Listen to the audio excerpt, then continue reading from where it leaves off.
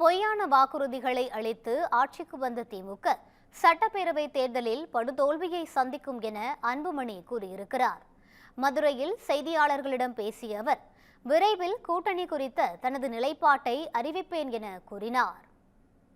32,000 கோடி முதலீடு வந்துடுச்சு 34 லட்சம் பேருக்கு வேலை கிடைச்சிடுச்சுன்னு சொல்லி இந்த பொய்யை முதலமைச்சரும் தொழில் அமைச்சரும் நிதி அமைச்சரும் தொடர்ந்து சொல்லிட்டு வந்திருந்தாங்க.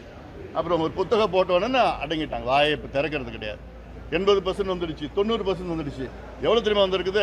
8.8 விழுக்காடு தான், 8.8% தான் தொழில் முதலீடு வந்திருக்கு. 1 லட்சம் கோடிக்கு கம்மியாக வந்திருக்குது. அதில் தமிழ்நாடு அரசு அமைச்சரவையில் ஒப்புதல் அளித்தது பார்த்தீங்கன்னா கிட்டத்தட்ட 1,56,000 கோடிக்கு தான் ஒப்புதல் கொடுத்துருக்குறாங்க. அப்புறம் எப்படி 11 லட்சத்துக்கு மேலே வந்திருக்குன்னு எப்படி பொய்ய சொல்கிறீங்க? பொய்யான ஒரு ஆட்சி நடந்துட்டு இருக்காங்க. நிச்சயமாக இந்த தேர்தலில் படுதோல்வி அடையும் திமுக, படுதோல்வி அடையும். அதில் நம்ம பார்க்க தான் நம்ம போகிறோம். அதனால் இது மக்களுடைய நிலவரம் இது. அதனால் இன்னும் இருக்கிற ஒரு 2 மாதத்துலையாவது நல்லது கொஞ்சம் பண்ணிட்டு போங்க. இந்த கணக்கெடுப்பு நடத்துங்க, விவசாயிகள் பிரச்சனை தீருங்க.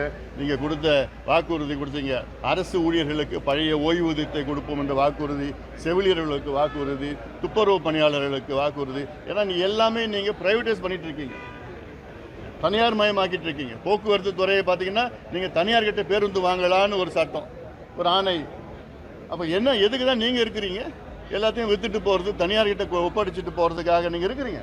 என்ன அரசாங்கம் இது? 2026 பாமகவோட தேர்தல் நிலை எப்படி இருக்கு? விரைவில் எங்கள் கூட்டணியை நாங்கள் அறிவிப்போம். பேச்சுவார்த்தை அதான் விரைவில், இன்னும் 2 மாதம் இருக்குல்ல, அறிவிப்போம். பேசிக்கிட்டு இருக்கிறோம், பேச்சுவார்த்தையில் இருக்கிறோம். ஆனால் நான் மறுபடியும் சொல்கிறேன், இந்த தேர்தலில் திமுக படுதோல்வி அடையும், எங்கள் கூட்டணி மிகப்பெரிய வெற்றி அடையும். அது மட்டும் நான் உறுதியாக சொல்கிறேன். நான் இன்னைக்கு கூட்டணி எதை பற்றி என்னால் பேச முடியாது.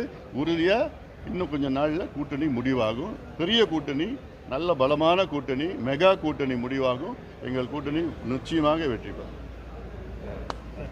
திருப்பரங்குன்றம் மலை விவகாரத்தில் பார்த்தீங்க அப்படின்னா இந்த 2 மதங்களுக்கு இடையே உள்ளூர் மக்கள் அமைதியாக தான் இருப்பா அப்படின்னு சொல்கிறாங்க. ஆனால் இந்த தீபம் ஏற்ற விடாதது தான் ஒரு பெரிய உத்தரவு, நீதிமன்ற உத்தரவு பிறப்பித்து அதை செய்யலை அப்படின்னு சொல்லி அரசுகளையும் கோவில் நிர்வாகங்களையும் பகிரங்கமாக குற்றச்சாட்டு தொடர்ந்து வந்துக்கிட்டே இருக்கு.